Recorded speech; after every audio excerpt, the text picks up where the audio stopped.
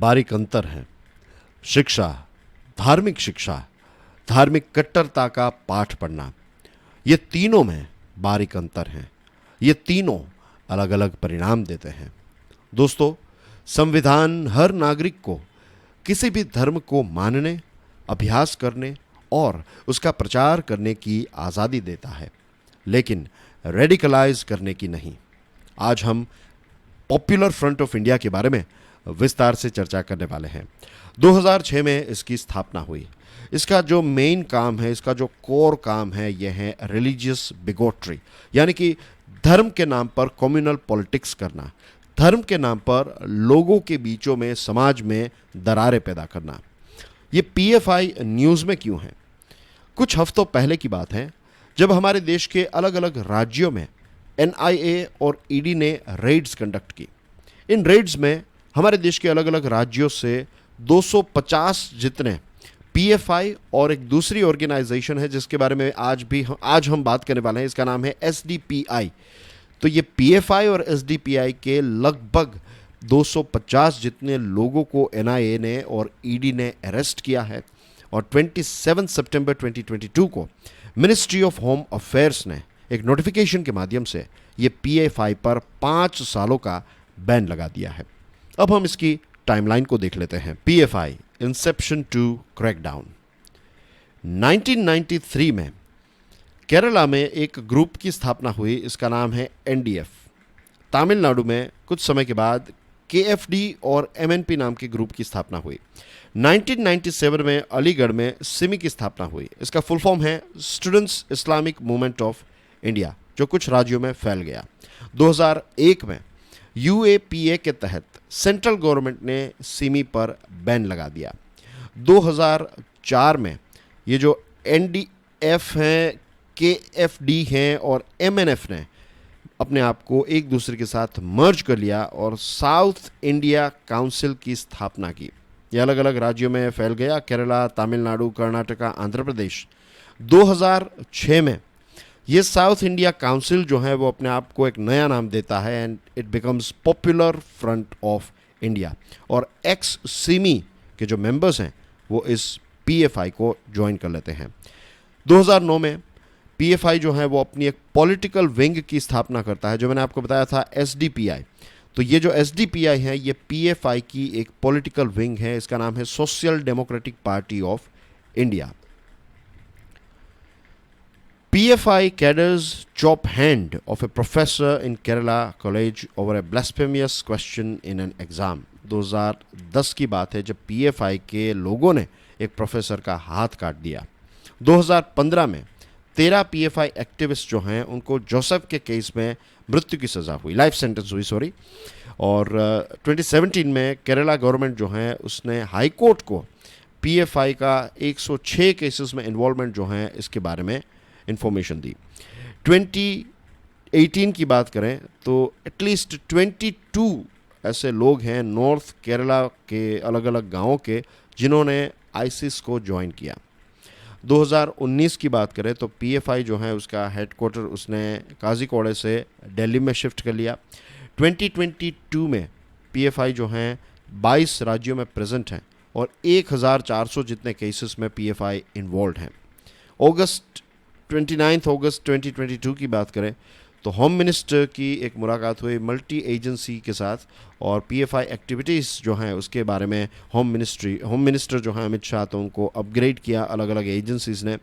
22 सितंबर को जैसे मैंने आपको बताया कि अलग अलग रेड्स कंडक्ट हुई और 27 सितंबर 2022 को इस पर एक बैन जो है वो सेंट्रल गवर्नमेंट ने लगा दिया है। अब जैसे ही ये बैन अनाउंस किया तो पीएफआई के लोग जो हैं उन्होंने हड़ताल की शुरुआत की और उन्होंने प्रोटेस्ट करना स्टार्ट किया कि आप कैसे इस प्रकार की रेड्स और अरेस्ट कर सकते हैं। But let me tell you, हड़तालें तो उन्होंने पहले भी की थी, लेकिन इस बार की जो हड़ताल है, ये बैन जो लगा दिया, ये उनकी अभी तक की सबसे वायलेंट हड़ताल हुई। राइट, पुलिस वालों को नहीं छोड़ा, पुलिस वालों पर अटैक किया। कर्नाटका के केआरटीसी की जो बसेस हैं उनको डैमेज किया। शॉपकीपर्स को धमकाया कि आप अपनी दुकानें बंद कीजिए, और जो शॉपकीपर्स मान नहीं रहे थे तो उनकी दुकान और उनके सामान के साथ तोड़फोड़ की। ये सारी चीज़ें जो हैं वो केरला हाई कोर्ट के को पता चलती हैं और suo motu intervention Kerala high court करती है। सुओ मोटू का मतलब ये होता है कि आप केस फाइल करेंगे तभी कोर्ट एक्टिव नहीं होगी।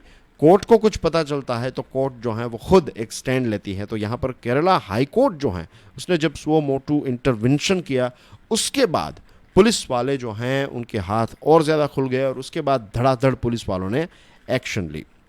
अब देखिए कितने सारे ऐसे केसेस हैं जिनमें ये जो ऑर्गेनाइजेशन है वो इन्वॉल्व है। 2010 का एक प्रोफेसर का हाथ काट देना, फोर्स्ड कन्वर्जन के केसेस है 2016 के, आरएसएस लीडर्स के मर्डर्स कर देना, कर्नाटका में रायोट्स 2020 में, दिल्ली रायोट्स में शामिल रहना 2021 में, फिर हाथरस वायलेंस जो है 2021 में, तो वहाँ पर निट्टारू मर्डर केस में, फुलवाड़ी शरीफ केस में और टेरर फंडिंग केस में। तो कितने सारे अलग अलग ऐसे ट्रबल मेकिंग ऑर्गेनाइजेशन हैं और इसका इन्वॉल्वमेंट जो है वो सीरियस ऑफेंसेस में रहा है। जैसे मैंने एक छोटा सा लिस्ट आपको दिखाया, वैसे आप जानते हैं कि हमारे देश में कुछ 1400 जितने केसेस हैं जहाँ पर पीएफआई जो है वो इन्वॉल्व हैं।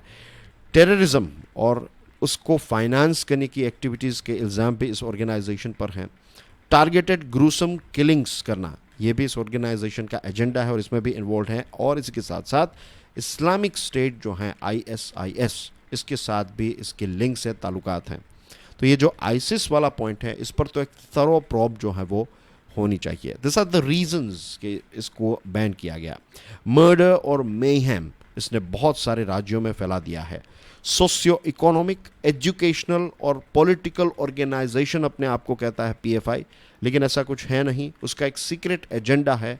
सीक्रेट एजेंडा यही है कि ख़ास करके मुसलमान के जो यंगस्टर्स होते हैं उनको रेडिकलाइज करना, उससे हमारी जो डेमोक्रेसी है उसको ख़तरे में डालना, और हमारी जो कॉन्स्टिट्यूशनल अथॉरिटी है इसके प्रति भी इनका कोई रिस्पेक्ट नहीं है।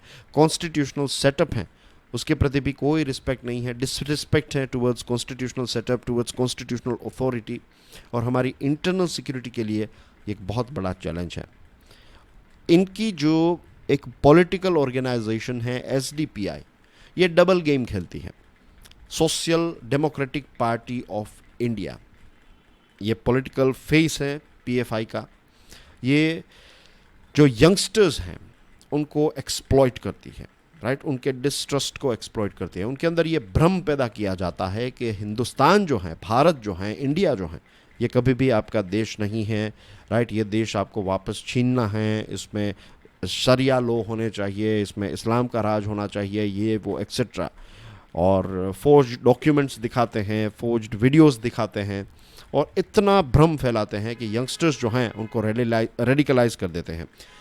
और ये जो ऑर्गेनाइजेशंस है ना, इनकी अब ये आइसिस जो हैं, इन्होंने एक चीज़ की शुरुआत की जिसको कहते हैं लोन वुल्फ। ये आपको पता होना चाहिए, बहुत ही इंपॉर्टेंट कॉन्सेप्ट है। लोन वुल्फ में क्या है कि आप किसी संगठन में एक्टिवली जॉइंट है ऐसा नहीं है, आप कहीं पर भी हो आप अटैक करें, ये कॉन्सेप्ट है लोन वुल्फ का।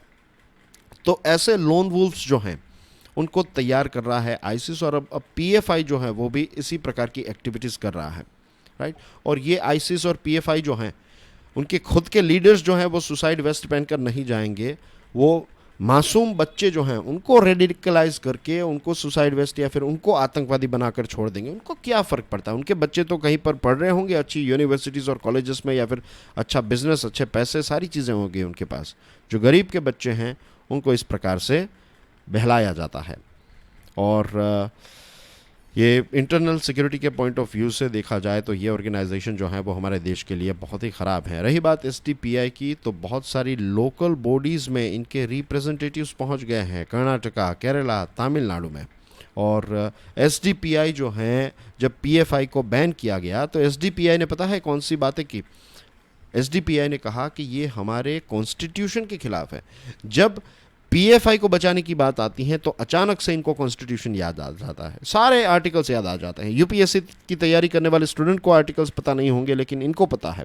Freedom of speech, freedom of protest, organisation, ये सारे राइट्स और ये सारी चीज़ें जो हैं वो बोलने लगते हैं। वो कहते हैं कि हमें रूथलेसली सप्रेस किया जा रहा है एक्सेट्रा। और फिर यही सारी चीज़ें, ये बैन जो है ना उसको इतना बड़ा कह के वो बनाएंगे, ऐसा नहीं कहेंगे कि पीएफआई की क्या एक्टिविटीज़ हैं। तो एसडीपीआई जो है वो इसका एक माउथ पीस है। तो क्या प्रश्न ये उठता है कि पीएफआई को बैन करने से हमें रिजल्ट मिलेगा? The answer is yes, the answer is no, 50-50 है।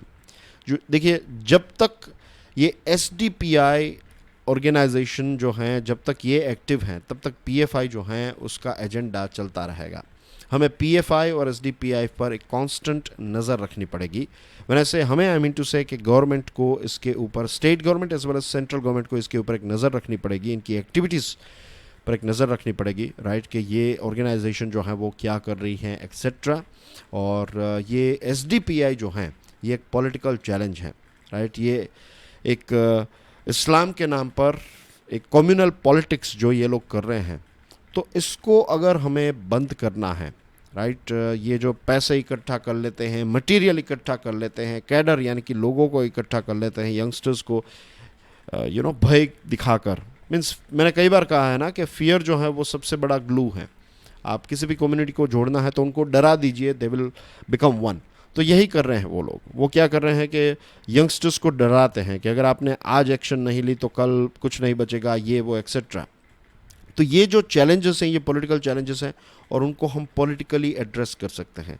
सारी पॉलिटिकल पार्टीज़ मिलकर, हमारे देश की जितनी भी प्रॉपर पॉलिटिकल पार्टीज़ हैं वो मिलकर ये मेक श्योर करें कि कोई भी ऐसी कम्युनल पॉलिटिक्स जो है वो हम ना करें। This is the most important thing. और सोसाइटी को भी इसमें समझना होगा। देखिए, हमारी सोसाइटी जो है ये एक सेक्युलर सोसाइटी है, ये हमारा कॉन्स्टिट्यूशन कहता है। और कॉन्स्टिट्यूशन नहीं, अगर हमारे इतिहास को देखेंगे then as well you will find this thing. Significant sections of the minority community find little resonance in the PFI's method. हमारे देश के जो मुसलमान हैं तो उसमें 0% मुसलमान ऐसे होंगे जो PFI को सपोर्ट करते होंगे, 0%, राइट, 0.10 या फिर 0.05 जो भी है, लेकिन 0% है। ऐसा नहीं है कि हर एक मुसलमान जो है वो माइनॉरिटी जो हमारे देश की है वो इस PFI को सपोर्ट कर रहे हैं, नहीं। ये दिखाते ऐसा है कि हम सारे मुसलमानों को रिप्रेजेंट करें, but they are not. There is no space whatsoever in our country. हमारे देश में ऐसी कोई भी ऑर्गेनाइजेशन की जगह नहीं है जो रिलीजियस हेट्रेड और कम्युनल डिवाइड कर रही हो और टेररिज्म और इस प्रकार की एक्टिविटीज़, चाहे वो मेजॉरिटी ऑर्गेनाइजेशन हो चाहे माइनॉरिटी कम्युनिटी की ऑर्गेनाइजेशन हो, इट डजंट मैटर। भारत एक सेक्युलर सोसाइटी है और इसका सेक्युलरिज्म जो है इसकी रक्षा करना सिर्फ सरकार नहीं, हम सब की जिम्मेदारी है। हम सबको मिलकर एक साथ रहना पड़ेगा, तभी जाकर इस प्रकार की ऑर्गेनाइजेशंस जो हैं वो फेल होगी। क्योंकि ये जो खेल खेल रहे हैं ये माइंड गेम्स हैं। जितना हम आपस में एक दूसरे को नफरत करेंगे उतना ही ऐसी ऑर्गेनाइजेशन को फ़ायदा होगा, ये बात ध्यान रखिएगा। और स्टार्टिंग में जो चीज़ मैंने आपको बताई, शिक्षा, धार्मिक शिक्षा और धार्मिक कट्टरता का पाठ पढ़ना, इनमें अंतर है। संविधान हर नागरिक को किसी भी धर्म को मानने, अभ्यास करने और उसका प्रचार करने की आज़ादी देता है, लेकिन रेडिकलाइज करने की नहीं। Thank you very much. जय हिंद।